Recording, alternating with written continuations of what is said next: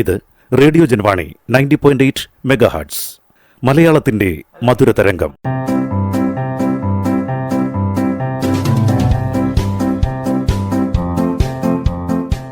ഇപ്പോൾ വാരാന്ത്യ ലോക വൃത്താന്തം കേൾക്കാം. പ്രൊഫസർ ജെ ജേക്കബ് അവതരിപ്പിക്കുന്നു.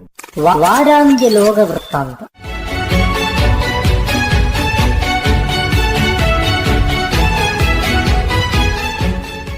എല്ലാ മാന്യ ശ്രോതാക്കൾക്കും ലോകവൃത്താന്തത്തിലേക്ക് സ്വാഗതം. ആദ്യമായി എല്ലാവർക്കും ഈസ്റ്ററിൻ്റെ മംഗളങ്ങൾ നേരുന്നു. ഡൽഹി മുഖ്യമന്ത്രി കേജ്രിവാളിനെ അറസ്റ്റ് ചെയ്തത് ലോകമാധ്യമങ്ങളിൽ വലിയ വാർത്താ പ്രാധാന്യം നേടി. ഇദ്ദേഹത്തിനെതിരെയുള്ള നിയമ നടപടികൾ സുതാര്യമായിരിക്കണം എന്ന രീതിയിലാണ് ജർമ്മനിയുടെ പ്രതികരണം. ഇതേ തുടർന്ന് ഏതാണ്ട് ഇതിന് സമാനമായ രീതിയിൽ അമേരിക്കയും പ്രതികരിച്ചു. ഇത് തികച്ചും ഇന്ത്യയുടെ ആഭ്യന്തര കാര്യമാണ്. വിദേശ രാജ്യങ്ങൾ ഇതിൽ ഇടപെടുന്നത് അനുചിതമായ ഒരു നടപടിയാണ്. ഇത്തരം പ്രതികരണങ്ങൾ ഇവിടെ നിയമവാഴ്ചയില്ല എന്ന ധാരണ സൃഷ്ടിക്കും. നിയമപ്രകാരമുള്ള നടപടികൾ പാലിച്ചാണ് ഇദ്ദേഹത്തെ കസ്റ്റഡിയിലെടുത്തത്. അറസ്റ്റിനെ ചോദ്യം ചെയ്തു നൽകിയ ഇദ്ദേഹത്തിൻ്റെ ഹർജി കോടതിയുടെ പരിഗണനയിലാണ്. ഈ കേസിലെ ന്യായാന്യായങ്ങൾ തീരുമാനിക്കേണ്ടത് കോടതിയാണ്. എന്നാൽ രാഷ്ട്രീയ ലക്ഷ്യങ്ങളോടെയാണ് ഈ അറസ്റ്റ് എന്നാണ് പ്രതിപക്ഷ കക്ഷികൾ ആരോപിക്കുന്നത്. ഇത്തരം ആരോപണങ്ങൾ ഒരു ജനാധിപത്യ ഭരണകൂടത്തിന് അവഗണിക്കാൻ കഴിയില്ല.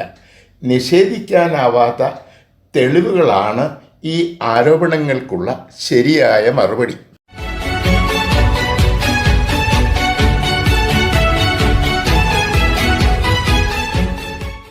ഇന്ത്യയുമായുള്ള വ്യാപാര ബന്ധം പുനഃസ്ഥാപിക്കാൻ പാക് ഭരണകൂടം ഒരുങ്ങുന്നു എന്നാണ് റിപ്പോർട്ടുകൾ സൂചിപ്പിക്കുന്നത്. കാശ്മീരിന് പ്രത്യേക പദവി നൽകുന്ന ആർട്ടിക്കിൾ 370 ഭരണഘടനയിൽ നിന്നും നീക്കം ചെയ്തത് 2019 ഇതിൽ പ്രതിഷേധിച്ചാണ് പാകിസ്ഥാൻ ഇന്ത്യയുമായുള്ള വ്യാപാര ബന്ധങ്ങൾ അവസാനിപ്പിച്ചത്. ഇതോടൊപ്പം തന്നെ പാകിസ്ഥാനിലെ ഇന്ത്യൻ എംബസിയെ തരം താഴ്ത്തുകയും ചെയ്തു. ആർട്ടിക്കിൾ 370 ഇന്ത്യയുടെ ആഭ്യന്തര വിഷയമാണ്. പാകിസ്ഥാനെ ഒരു തരത്തിലും ഇത് ബാധിക്കുന്നില്ല. ഒരു സ്വതന്ത്ര പരമാധികാര രാഷ്ട്രം എന്ന നിലയിൽ ഇന്ത്യ ഈ നിലപാടിൽ ഉറച്ചു നിൽക്കുമ്പോഴും പാകിസ്ഥാനുമായി സൗഹൃദം ഉണ്ടാകണം എന്നാണ് ആഗ്രഹിക്കുന്നത്. ഇതിൻ്റെ ഭാഗമായിട്ടാണ് പാകിസ്ഥാൻ്റെ പുതിയ പ്രധാനമന്ത്രിയെ അഭിനന്ദിച്ചുകൊണ്ട് നമ്മുടെ പ്രധാനമന്ത്രി സന്ദേശമയച്ചത്. വ്യാപാര ബന്ധങ്ങൾ പുനഃസ്ഥാപിക്കണം എന്ന് പാകിസ്ഥാനിലെ വ്യാപാരികൾ നിരന്തരം ആവശ്യപ്പെട്ടുകൊണ്ടിരിക്കുകയാണ്. ഇന്ത്യൻ എംബസിയെ തരം താഴ്ത്തിയ നടപടി പിൻവലിക്കണം എന്നാണ് ഭാരതം ആവശ്യപ്പെടുന്നത്.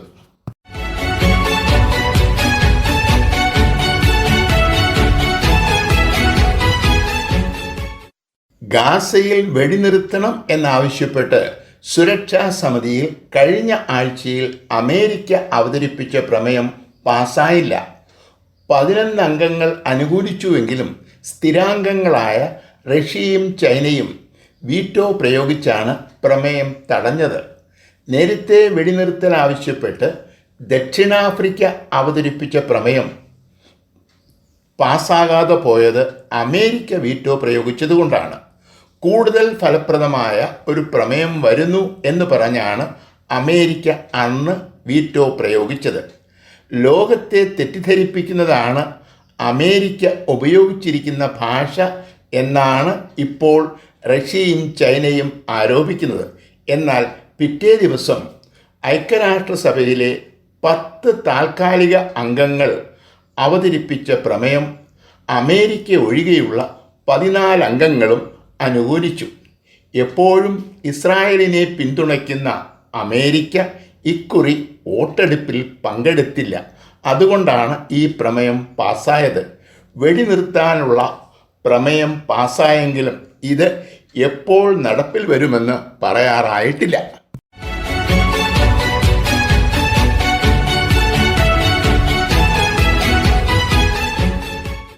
ഐക്യരാഷ്ട്രസഭ പാസാക്കിയ വെടിനിർത്തലിനുള്ള പ്രമേയം ഉടൻ തന്നെ നടപ്പിലാക്കണം എന്നാണ് ലോകം ആഗ്രഹിക്കുന്നത്. ഹമാസ് ഈ പ്രമേയത്തിന് അനുകൂലമായി പ്രതികരിച്ചു എങ്കിലും അനുകൂലമായ ഒരു പ്രതികരണമല്ല ഇസ്രായേലിൻ്റെ ഭാഗത്തു നിന്നും ഉണ്ടായിരിക്കുന്നത്.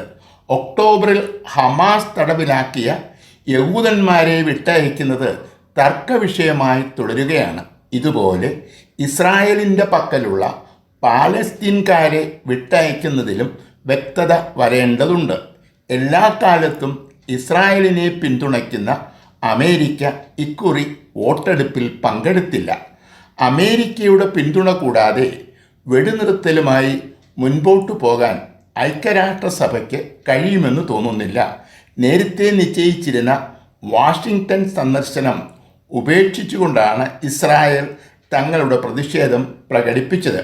ഈ പ്രമേയം നടപ്പിലാകുന്നില്ലെങ്കിൽ അത് അക്ഷന്തവ്യമായ അപരാധമായിരിക്കും എന്നാണ് സെക്രട്ടറി ജനറൽ പ്രതികരിച്ചത്.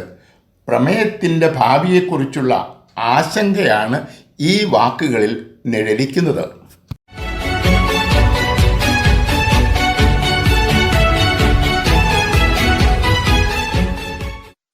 ഗാസയിൽ വെടിനിർത്തണമെന്ന് ആവശ്യപ്പെടുന്ന പ്രമേയം സുരക്ഷാ സമിതിയിൽ പാസ്സാകുമെന്ന് ഇസ്രായേൽ ഒട്ടും തന്നെ പ്രതീക്ഷിച്ചിരുന്നില്ല.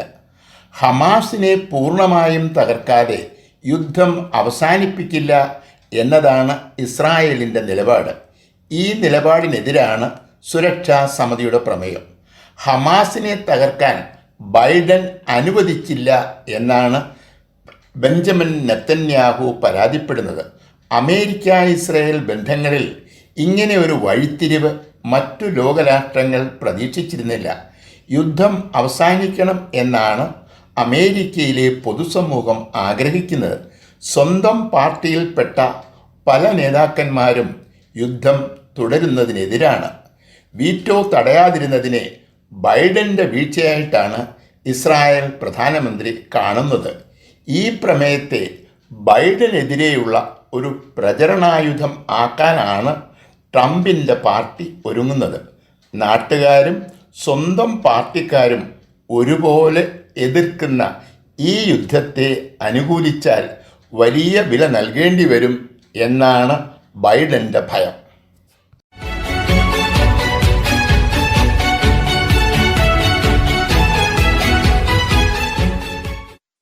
ഉക്രൈനിനെ ലക്ഷ്യമാക്കി റഷ്യ തൊടുത്തുവിട്ട ക്രൂയിസ് മിസൈൽ തങ്ങളുടെ വ്യോമാതിർത്തി ലംഘിച്ചു എന്നാണ് പോളണ്ട് ആരോപിക്കുന്നത്. റഷ്യയിൽ നിന്നും വിശദീകരണം തേടാനും പോളണ്ട് തീരുമാനിച്ചിട്ടുണ്ട്. ഈ മിസൈൽ തങ്ങളുടെ നിരീക്ഷണ പരിധിയിലായിരുന്നുവെന്നും രാജ്യത്തിനു മുകളിലൂടെ മിസൈൽ പറക്കുന്ന ദൃശ്യങ്ങൾ രേഖപ്പെടുത്തിയിട്ടുണ്ട് എന്നുമാണ് പോളണ്ട് അവകാശപ്പെടുന്നത്. ജാഗ്രത പാലിക്കാൻ പ്രതിരോധ സേനയ്ക്ക് പോളണ്ട് നിർദ്ദേശം നൽകി. യൂറോപ്യൻ യൂണിയനിലും നാറ്റോയിലും അംഗമായ പോളണ്ട് ഉക്രൈനിനെ പിന്തുണയ്ക്കുന്ന രാജ്യമാണ്. നാറ്റോയുടെ സൈന്യത്തെ ഉക്രൈനിലേക്ക് അയക്കുന്നതിനെ പിന്തുണയ്ക്കുകയും ചെയ്യുന്നുണ്ട്. ഉക്രൈൻ യുദ്ധം റഷ്യ പോളണ്ടിലേക്ക് വ്യാപിപ്പിച്ചാൽ നാറ്റോയ്ക്കും യൂറോപ്യൻ യൂണിയനും ആ യുദ്ധത്തിൽ നിന്നും വിട്ടുനിൽക്കാൻ കഴിയില്ല.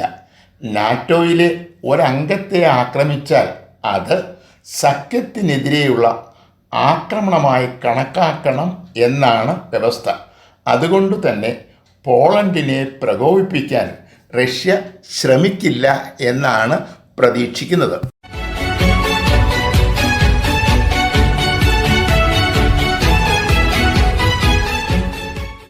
ഒരു പാട്ടുകച്ചേരി നടക്കുമ്പോഴുണ്ടായ ആക്രമണത്തിൽ മരിച്ചവരുടെ എണ്ണം 150 ഞായറാഴ്ച മോസ്കോയിലാണ് ഈ സംഭവം. ഇതിൻ്റെ ഉത്തരവാദിത്വം ഇസ്ലാമിക് സ്റ്റേറ്റ് എന്ന ഭീകര സംഘടന ഏറ്റെടുത്തിട്ടുണ്ട്. റഷ്യയുടെ ഇസ്ലാം വിരുദ്ധ നിലപാടിനുള്ള ശിക്ഷയാണ് ഈ നരഹത്യ. ഇസ്ലാമിക സംഘടനകളെ അടിച്ചമർത്തുന്ന സിറിയൻ ഭരണാധികാരിക്ക് പിന്തുണ നൽകുന്നു എന്നതാണ് റഷ്യ ചെയ്ത കുറ്റം. 4 ഭീകരന്മാരെ സംഭവസ്ഥലത്തു നിന്നും പോലീസ് പിടികൂടിയിട്ടുണ്ട്. ഈ കുറ്റകൃത്യം നടത്തിയവരെ രക്ഷപ്പെടാൻ ഉക്രൈൻ സഹായിച്ചു എന്നാണ് റഷ്യ ആരോപിക്കുന്നത്. ഇതേക്കുറിച്ച് നേരത്തെ റഷ്യയ്ക്ക് വിവരം നൽകിയിരുന്നു എന്നാണ് അമേരിക്കയുടെ അവകാശവാദം. മതത്തെ മറയാക്കി നിരപരാധികളായ മനുഷ്യരെ നിഷ്കരണം വെടിവെച്ചു കൊല്ലുന്നതിനെ ഒരു തരത്തിലും ന്യായീകരിക്കാൻ കഴിയില്ല. മനുഷ്യരെ കൊല്ലാൻ കൽപ്പിക്കുന്നവരെ ഒരു മതത്തിലും പെട്ടവരായി കണക്കാക്കാനും കഴിയില്ല. മതതീവ്രവാദത്തിനെതിരെയുള്ള പോരാട്ടത്തിൽ റഷ്യയെ പിന്തുണയ്ക്കേണ്ടത് ലോകത്തിൻ്റെ തന്നെ ഉത്തരവാദിത്വമാണ്.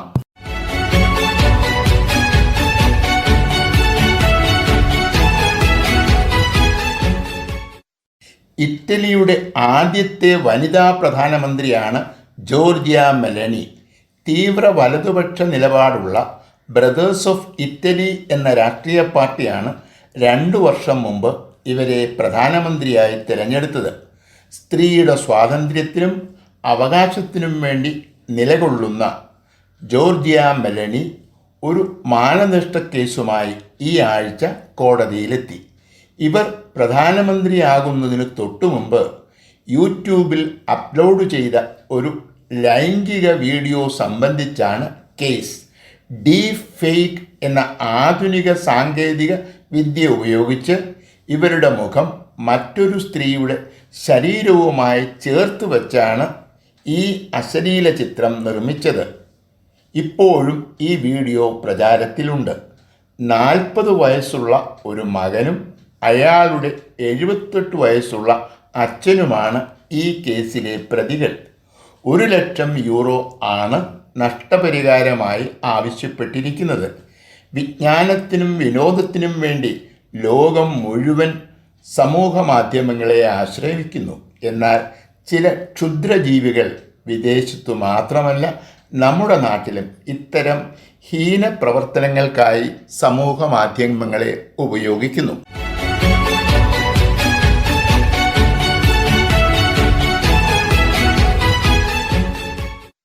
ഫ്രാൻസിലെ ഒരു സ്കൂൾ അധ്യാപിക രാജിവെച്ചു. 3 വിദ്യാർത്ഥികളോട് ശിരോവസ്ത്രം മാറ്റണം എന്ന് ഈ അധ്യാപിക ആവശ്യപ്പെട്ടതിനെ തുടർന്നുണ്ടായ സംഭവങ്ങളാണ് ഇവരുടെ രാജിക്ക് വഴിയൊരുക്കിയത്. ശിരോവസ്ത്രം ധരിച്ച് ക്ലാസ്സിലെത്തിയ 3 പെൺകുട്ടികളോട് അത് നീക്കണം എന്നാവശ്യപ്പെട്ടതിനെ തുടർന്നാണ് വിവാദങ്ങൾ ആരംഭിച്ചത്. പ്രധാന അധ്യാപിക ആവശ്യപ്പെട്ടതനുസരിക്കാൻ 2 വിദ്യാർത്ഥികൾ തയ്യാറായി.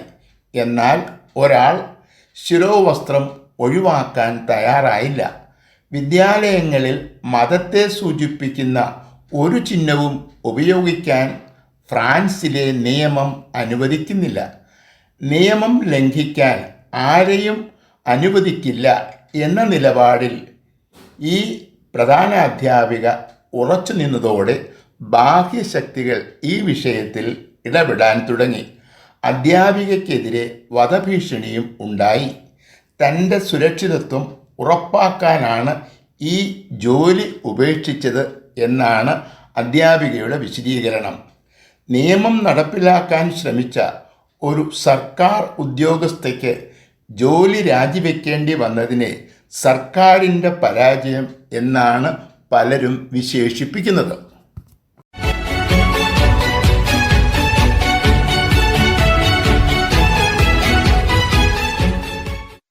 വിദേശികൾക്ക് വിസ അനുവദിക്കുന്നതിൽ നിയന്ത്രണം ഏർപ്പെടുത്താൻ കാനഡ തീരുമാനിച്ചു.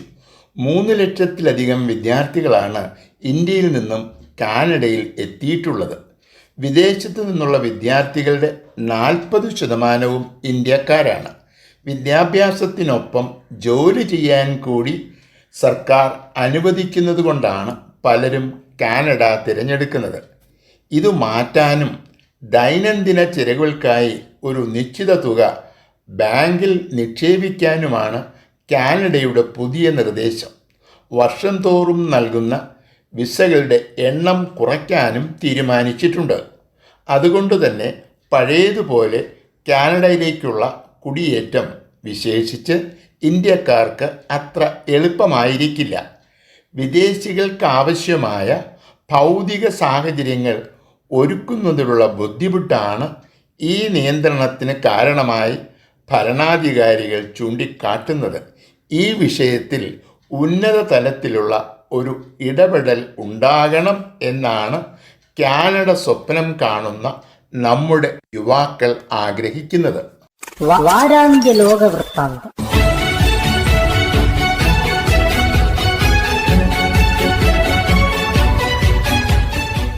തയ്യാറാക്കി അവതരിപ്പിച്ചത് പ്രൊഫസർ ജെ ജേക്കബ്.